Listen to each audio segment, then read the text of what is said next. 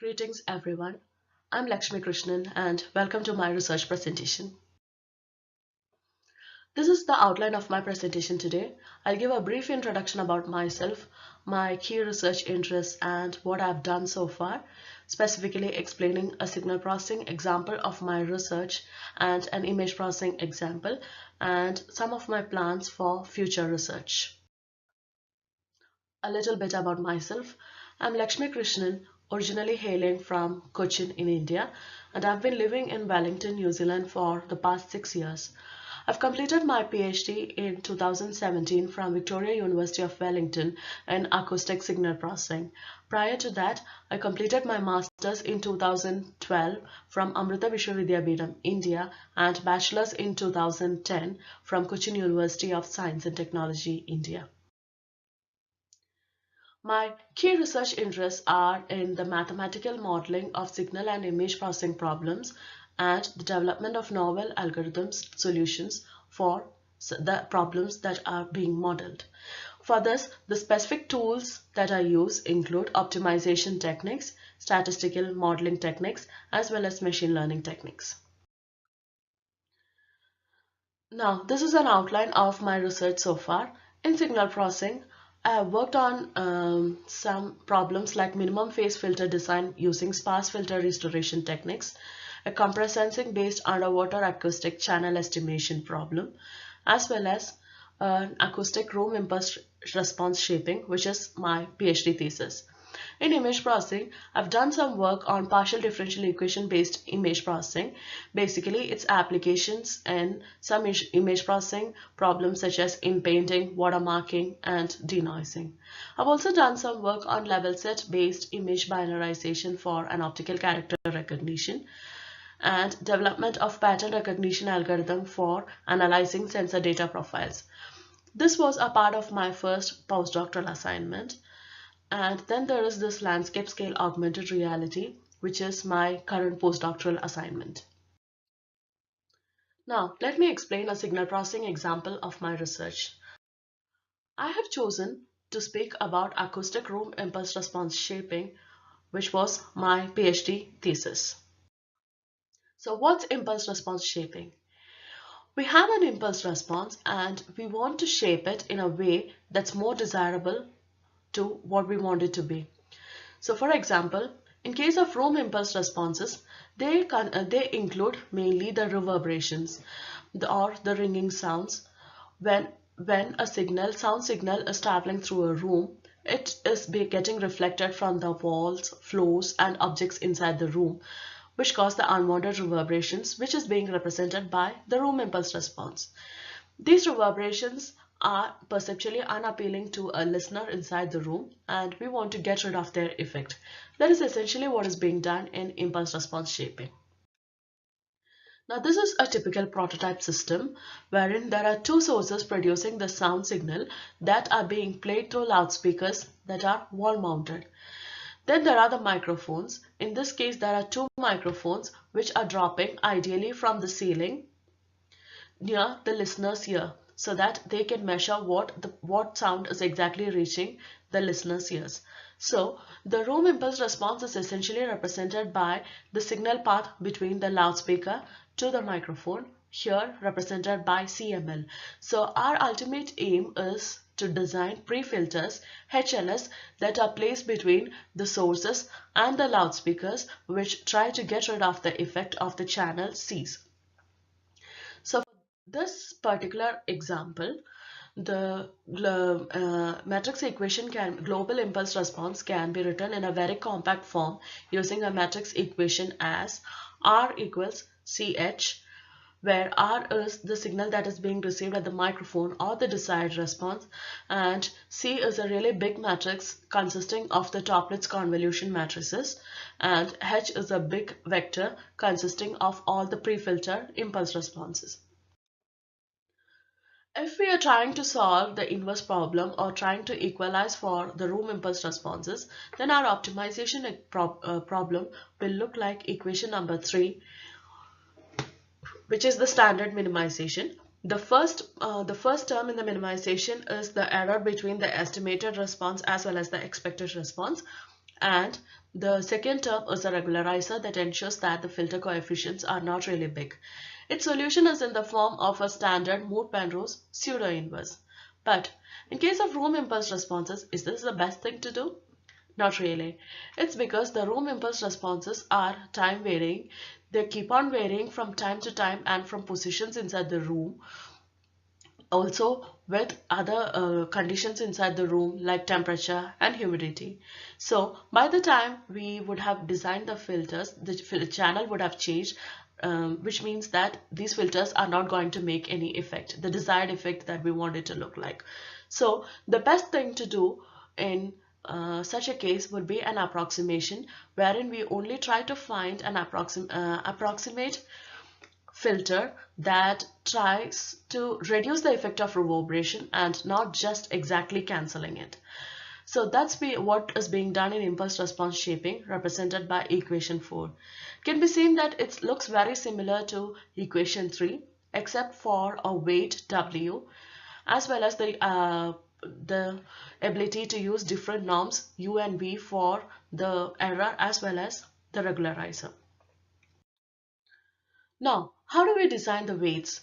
So weights are the key design parameters of a shaping problem. Based on the properties of room response, we can design the weights. So lots of people have done research into the structure of room impulse response, and it has been found that the room impulse response has an approximate temporal structure of an exponential decay with a direct path component, early reflections and late reverberations. The direct path is the main sound signal that we hear, and then there are the early reflections, which are the perceptually useful component, and so we want to keep them. And then there are the late reverberations, which are the real culprits causing the ringing in our ears. So we want to get rid of them. So the weight vector is designed as shown in the figure. We don't want to hear anything up to the direct path. So all the pre-echo up to direct path, which is being represented by sample N1, need to be minimized, which is why they are given a weight 1. Then there are the direct path and the early reflections from N1 to N2. We want to keep them, so they are given a weight of 0. And then the late reverberations from N2 to N60 need to be reduced, which is why we give them an exponentially increasing weight as shown in figure. So the exponential curve here is being designed based on the acoustic masking threshold of human ear, which ensures that after shaping, what signal is received by the ear, that will be perceptually very appealing to the listener. Now, looking at the formulation, we now need to decide whether there are any criteria for the solution that we're going to design. So our ultimate aim is to develop a real-time shaping system. This would mean that we need computationally and memory efficient algorithms to solve for the problem in order to achieve this. But why? It's mainly because the room impulse responses are typically very long, of the order of 10,000s of samples if we need to get a decent solution. That would mean that the matrices and the vectors are going to be really huge, resulting in huge optimization problems. So for computational efficiency, in this work, I have chosen to use variants of dual augmented Lagrangian method, which are optimization techniques well known for their computational efficiency and superlinear convergence. And for memory efficiency, I have chosen to use some steps of forward or adjoint oracle, which are nothing but replacement of matrix vector operations by vector operations wherever possible. Now, my research contributions to this work. I have worked mainly on the development of novel algorithm solutions to solve the above mentioned problem and the extension of these formulations and algorithms to develop robust formulations that are robust to change in positions. Then on addition of some additional frequency domain constraints to achieve a flat frequency response over the entire frequency spectrum of operation. In addition to this, I've also worked on the development of a statistically robust formulation which is robust to many variations like temperature and humidity and not just change in positions. The algorithms that I developed as a part of this work they are they are well adaptable to other problems as well. So I have verified this by the application of the algorithm to a different problem in which is active compensated sound field reproduction, and have achieved good results in this one too. Now this is an example result that I have achieved with my algorithms. It's from an experiment that I did in a lab, which is 3.5 by 2.5 by 4.5 meter room with acoustic buffer pads on all four of its walls. So the first graph on the left is the crosstalk response, and it can be seen that the maximum crosstalk that has been achieved is minus 57 dB, which is a very good crosstalk cancellation. Also, it can be seen that the direct responses has been shaped just as how we want it to look like, as well as it has got a flat frequency response. And all this has been achieved in less than a minute with a normal desktop computer with 4 GB RAM. This shows that it's really adaptable for a real-time implementation. Now, let me explain a significant algorithm that I developed as a part of this work. It's an algorithm based on dual augmented Lagrangian method for solving an optimization problem of the form of 5. So it's an L1 regularized L infinity minimization, which is a very hard optimization problem. So I did the complete development of the algorithm from the derivation to finding the solution, as well as its application to shaping. The dual augmented Lagrangian corresponding to this particular primal problem is of the form of 6, where the second term containing the L2 norm is the augmentation term, which does the magic of superlinear convergence. The iterative algorithm that we derive based on that augmented Lagrangian looks like this, like equation 7, a step, three iterative update equations. So these are just the updates of the dual variables z and y, and then the primal variable h, that are repeated one after the other till convergence. Though this may look very complicated, if we look at it carefully, it's nothing but just normal projections and update operations.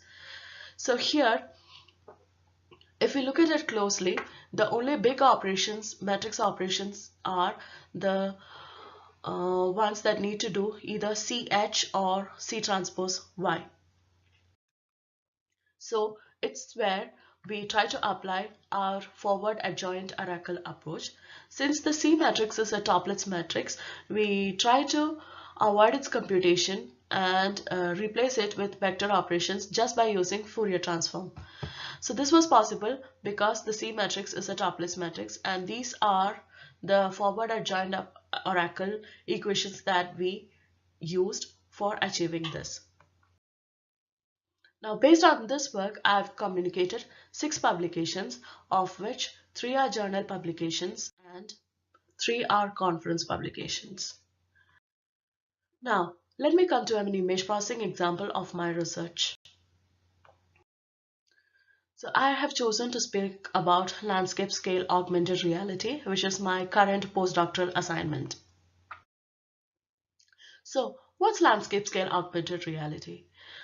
So what is essentially being done is that we are trying to scale headset-based augmented reality from its current usable range of a few meters indoors to a few kilometers outdoors, so that we can look at distant landscapes, hills, etc. using a headset. So people may think like, what's new in this? Especially because there are some mobile applications already trying to do this. But the real issue comes when we are trying to extend headset-based augmented reality. The precision becomes really important because otherwise the person wearing the headset may feel sick or nauseated.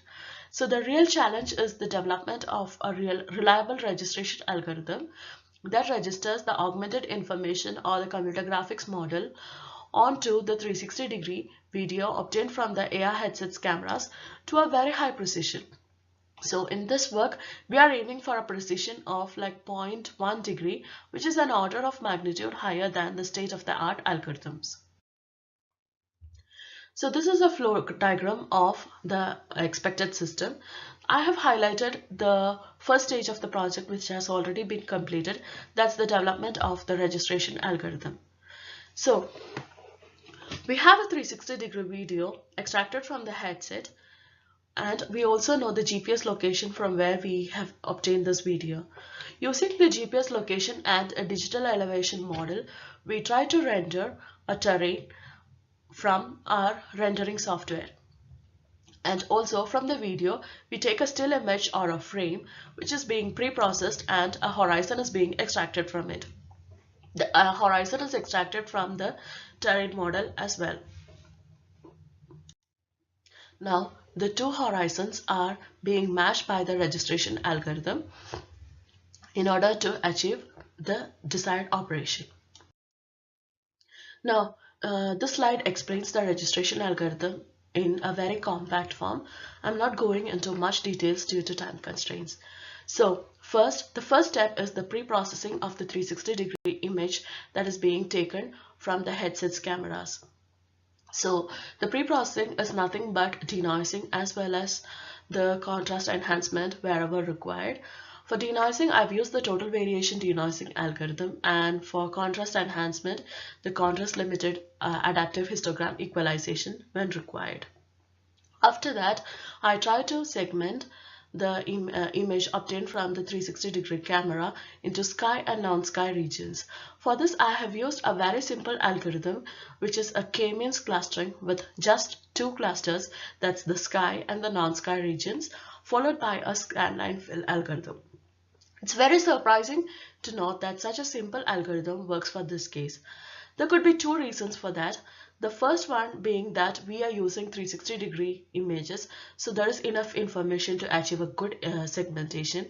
The other thing is that we try to implement the system in New Zealand, where the sky is really bright compared to the ground region, which also ensures that a good segmentation can be achieved with such a simple algorithm. So even after the k-means clustering, if there is some misclustering, that is being corrected by this following scanline fill algorithm, which ensures that a good segmentation is being achieved. While the segmentation is being done, our rendering software will be working on the digital elevation model to extract a terrain model with the sky pixels that are really bright at 1 and the non-sky pixels that are dark, that is being set to a pixel value of 0. And then we try to extract the horizon lines from both sets of images and try to match them. So there could be a question like why we choose horizon extraction and matching for achieving this. The main reason for that is that horizon has been found to be the most stable feature for distant landscapes. So using them to achieve the registration could be very reliable. The second thing is that since we are using 360-degree images, there will always be a good amount of horizon that's available for matching, which again adds to the robustness of our algorithm. Now, coming to the horizon extraction. Since we have just two clusters, that's the sky and the non-sky region, horizon extraction is very easy. It's just the row height of the image corresponding to the first sky to non-sky transition starting from the top of the image. So what we get is basically a vector of row heights. Now, coming to the horizon matching, that's where the real trick happens. So the horizon corresponding to the 360-degree image will contain other objects as well. It's not just the horizon. So if there are some buildings or trees that come in the way of where the person is looking at, then those will be considered as part of horizon as well when we try to extract the horizon. So we need to avoid their use while we try to do the matching, because the rendering algorithm will not contain those information. So for that we use a technique that's a weighted minimization, basically using the weights. The weights are weights designed based on the curvature of the extracted horizon. So why the use of this curvature? The curvature, or the second derivative of the extracted horizon, its values will be really high for regions of rapid transition. So whenever there is a building or a tree in the way, since the horizon otherwise is really very smooth, there will be a rapid transition and the curvature value will be really high. So using an inverse of it could be really useful to identify the locations of rapid transition. So we have filtered the curvature with a one-dimensional Gaussian filter which tries to spread its effect to both sides so that the regions causing some regions on both sides of it are included as well. And then we try to solve a minimization problem that looks like this. So this is exactly similar to what I have been doing in my PhD research. The low weights are given to the regions that we don't want to include in the minimization, and high weights are given to the region that we want to include in the minimization. So this is basically what is being done in our registration algorithm. Now, let me come to some results achieved with this registration algorithm. So this picture shows an example of a best case scenario wherein we achieve a registration with very good accuracy. Precisely speaking, it's like an exact registration.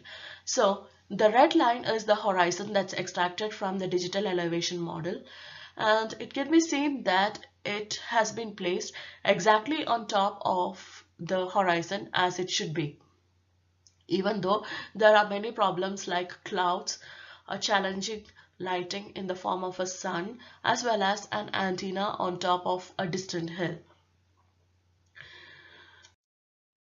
Now, this is a challenging case. I thought this would be useful to show the robustness of our algorithm.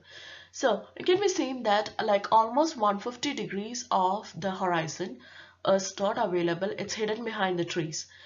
So if we look at the horizon that has been extracted based on this image, that's the yellow line, it can be seen that it includes all of the trees as well as it's missing some of the horizon due to a challenging lighting that's coming in the way.